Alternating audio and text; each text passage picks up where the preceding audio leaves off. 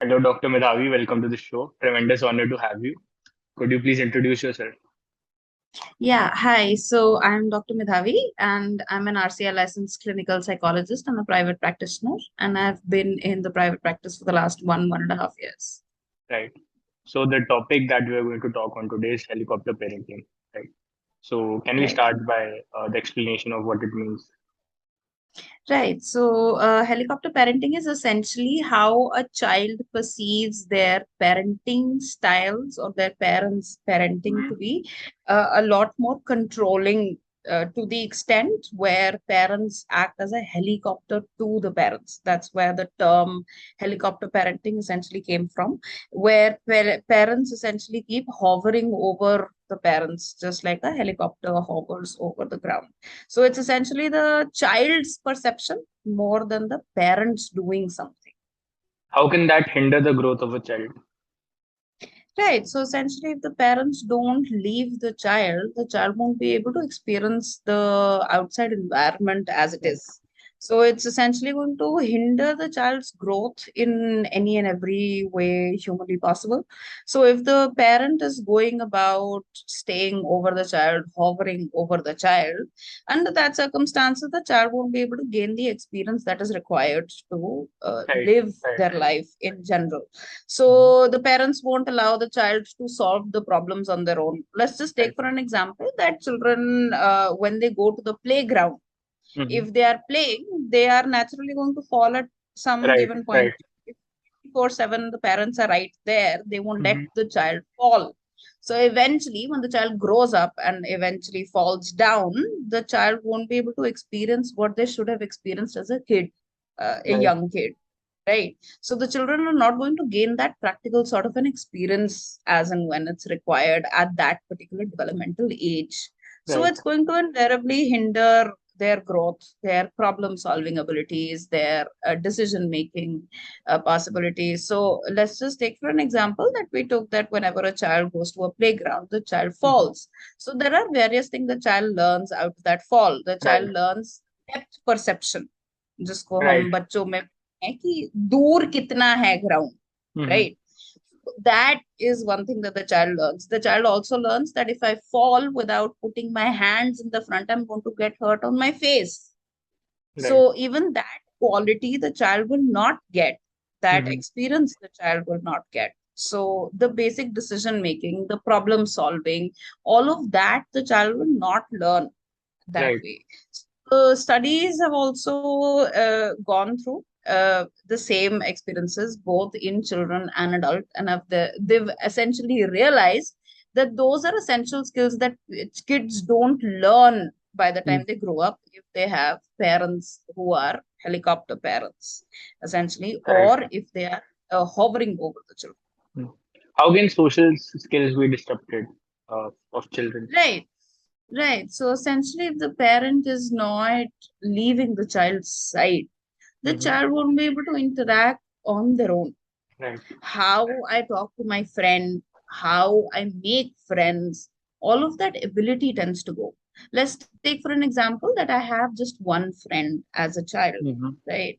So if I ask for, let's just say, a pen from my friend, so how to ask for that pen, how to ask for that pencil, all that ability tends to go away. How do I open up and speak to my friend? How do I tell them that I wanted a chocolate, but my parents did not let me buy it? So I'm angry. So all of those basic discussions tend to go for a toss, basically. Right. If the child is essentially staying right under the wing of their parent, the parent is going to try to do either of the two things. They're either going to prevent them from every harm's way, right? Or they are going to essentially make sure that parents ke according the child has all the security that is needed, Right. right? But at the end of the day, the parents are not going to live forever.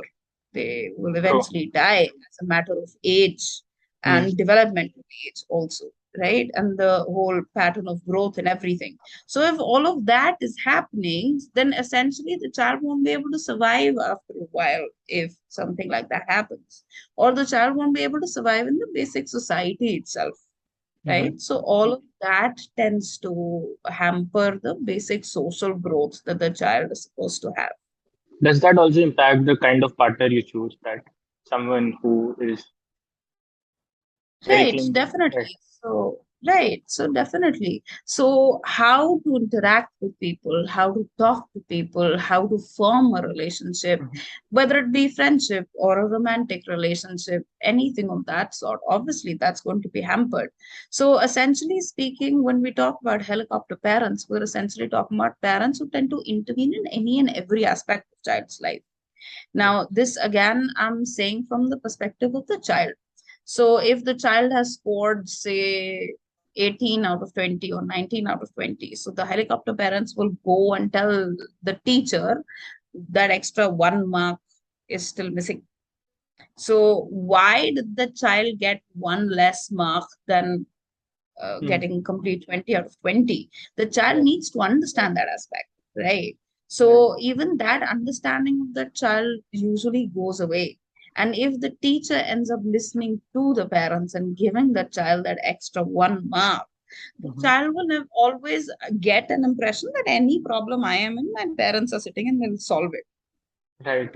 So I need, in general, when we talk about life, we've all been through small, medium, large size problems, and we've all learned something out of it, right? So under those circumstances, we all need to understand that every problem tends to increase, if not all, but at least one skill. We learn out of it and we make sure that we don't make the same mistake all over again, Right. right? So all of that tends to go away.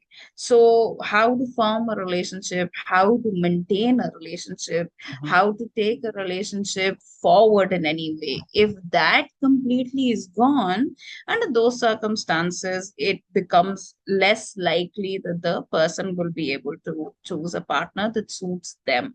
Right. It's going to most likely suit the parent more than the person itself, right? So Hence under the those arranged circumstances, marriage. right, Right. exactly. Right. Eventually people will either not get married or reach till a certain step of marriage and then leave out. Let's just say that in say Hindu marriages, you have quite a bit of functions. They'll do 1 or 2 functions and then leave it at that, or Mm-hmm. probably run away. Or even if they complete the whole process of getting married and everything, then all these marriages either ending up in divorce or separation is a lot higher usually, because the expectation then becomes that the whoever the partner is has to live up to not just the child but even the parents' expectations. True. So True. under those circumstances, then it becomes a problem for the partner who's come into that marriage or that relationship to realize that the person is not going as per their own wishes. They're essentially going by how the parents run that relationship or that household for that matter. So that tends to become a huge problem between couples in general. So what US based or UK based studies, if you go about researching this aspect, you will see that most of those studies have happened around college students or people who have just left college that way. So, people having romantic partners or living partners in the Western world, they tend to have quite a bit of difficulties that way, right? So, all of that is a well known aspect of helicopter parenting that Right. way.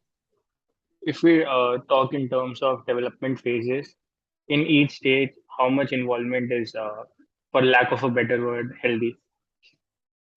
Right. So, naturally speaking, if a child is born, let's just Mm-hmm. say infancy, when we say from birth to up to 2 years, or even toddlers, if we say up to 4 years, right? 2 to 4 years, that's the toddler's age. You during those developmental periods, it's essentially Right. important that the parent is there, that at least the mother and the father or the primary guardians are Mm-hmm. right there.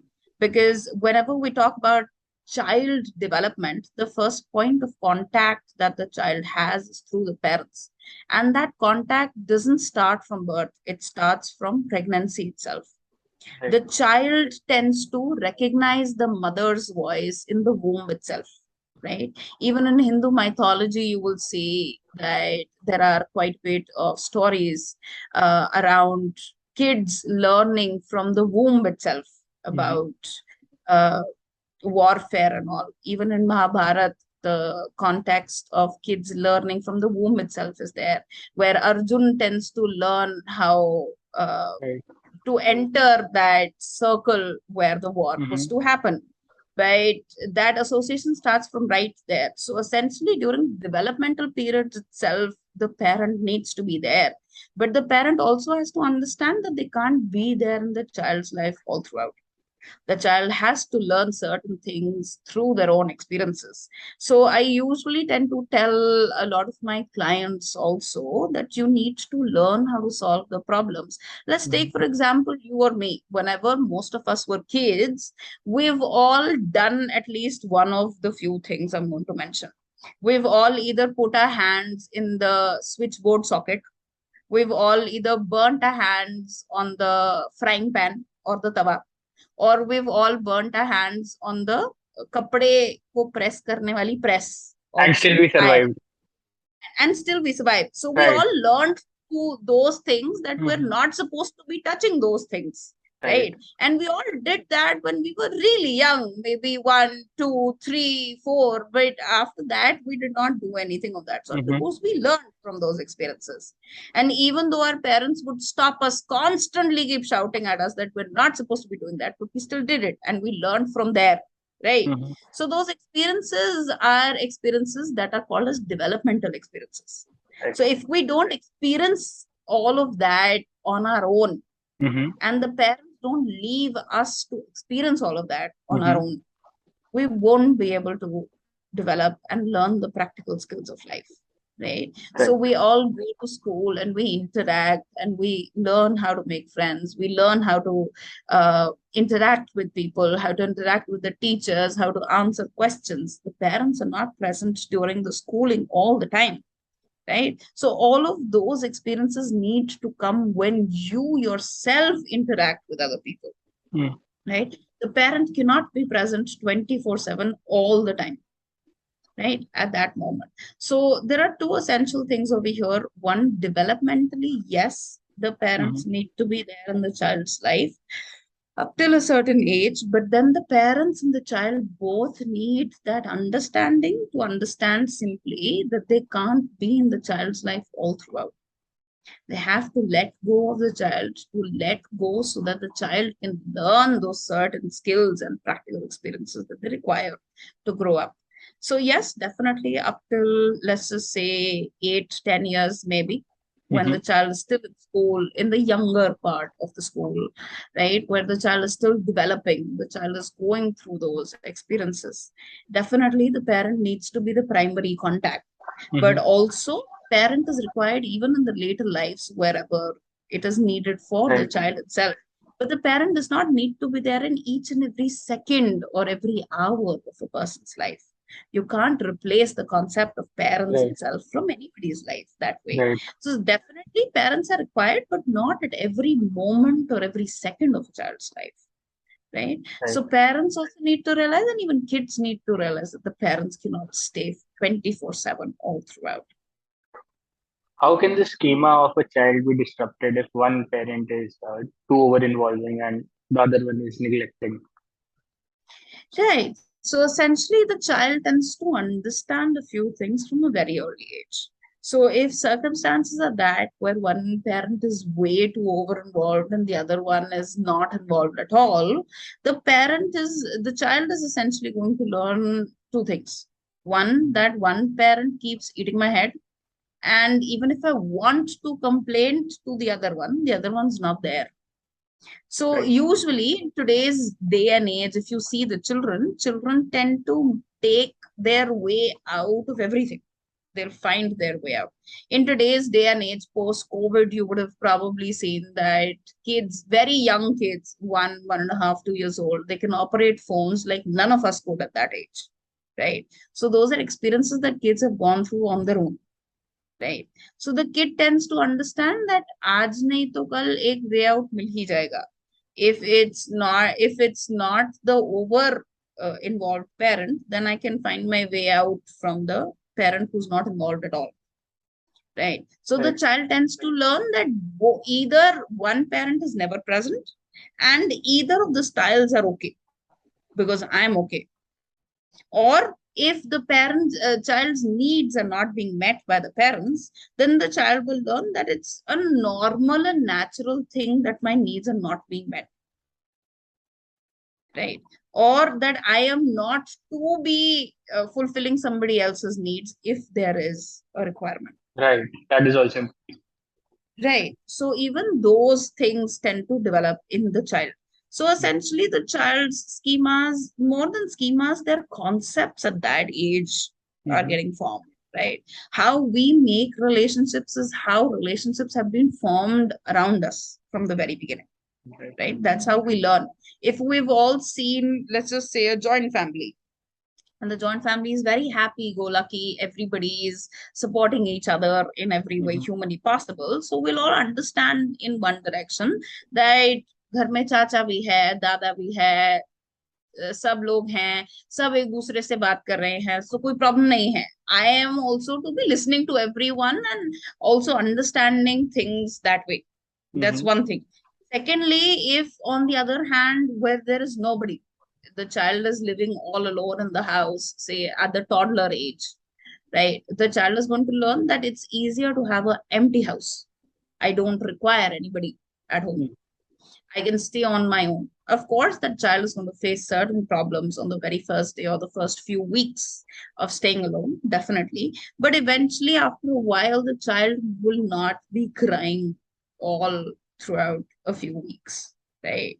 The child will eventually learn that nobody is listening to me, so it's easier to stop crying and try and manage things on my own, right?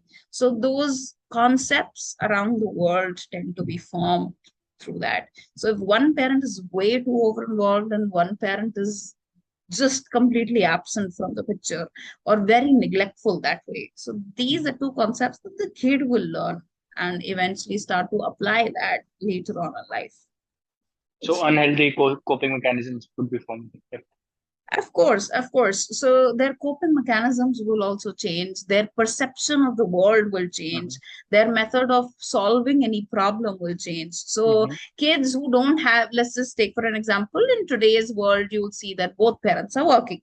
And Right. if they tend to leave the child all Mm-hmm. alone at home, under those circumstances, it's a lot more likely that the child is going to use a lot of trial and error things at home, Right.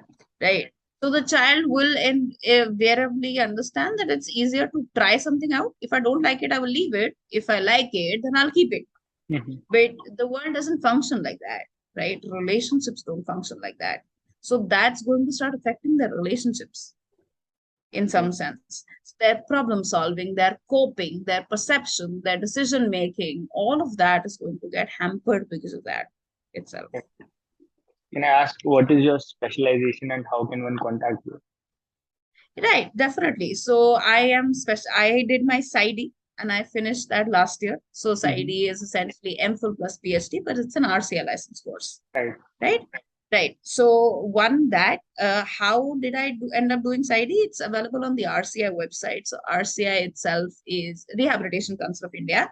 You need an RCI license to become a clinical psychologist, and you can do any of the three RCI license courses. The highest degree, obviously, is PsyD because it's a combination of MPhil and PsyD, Right. MPhil and PhD itself, Mm-hmm. right? So people can definitely get in contact with me either through LinkedIn or through Instagram. I have an official Instagram page called as PsyDCP, PSYDCP. And my LinkedIn profile is Dr. Madhavi Sood. So they can definitely get in contact with me Right. through that. Okay. Do controlling parents also project their insecurities onto their children and also expectations?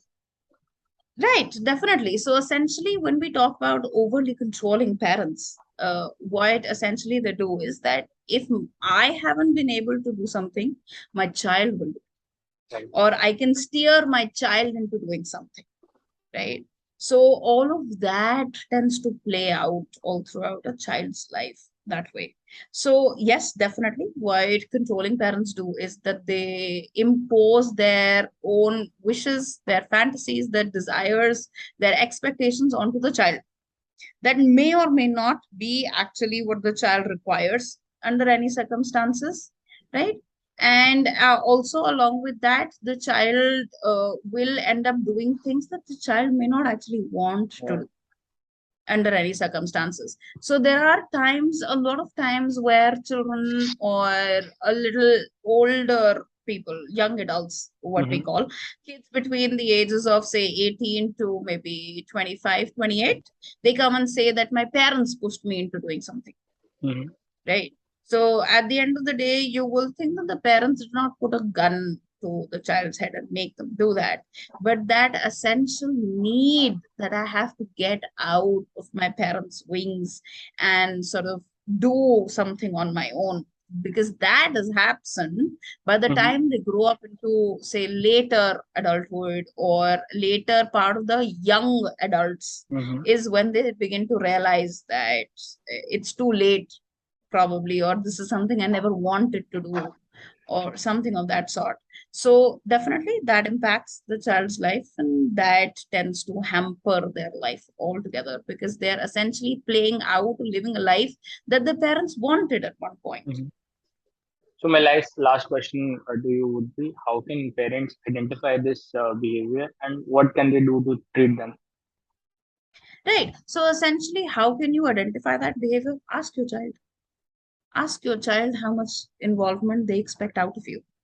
Of course, nobody is saying that you need to leave the house, Mm-hmm. but you also need to understand, one, that you cannot stay in the child's life 24/7 in every domain of the child's life, and you cannot prevent your child from experiencing some problem. That's humanly not possible, right? If even if the child is at home and you are busy somewhere, the child will end up falling on the ghar ka ground rather than falling in the playground, right? You won't be able to prevent that aspect. So, one, the parents need to understand that they need to leave the child so that they can have that practical experience of life, right? That's definitely one thing. And if you feel that the parent, or you as a parent are way too over involved, or you can't understand, definitely get in contact with a Mm-hmm. professional to help out. Preferably get in contact with an RCA licensed person, they can help out. You can definitely get in contact with me, because I myself am specialized in child and Mm-hmm. adolescent related clinical psychology. So definitely we can help out. Yep. Okay, ma'am. Thank you so much for your insights. I'll All pause the right. recording Thank you. once Thank again. you.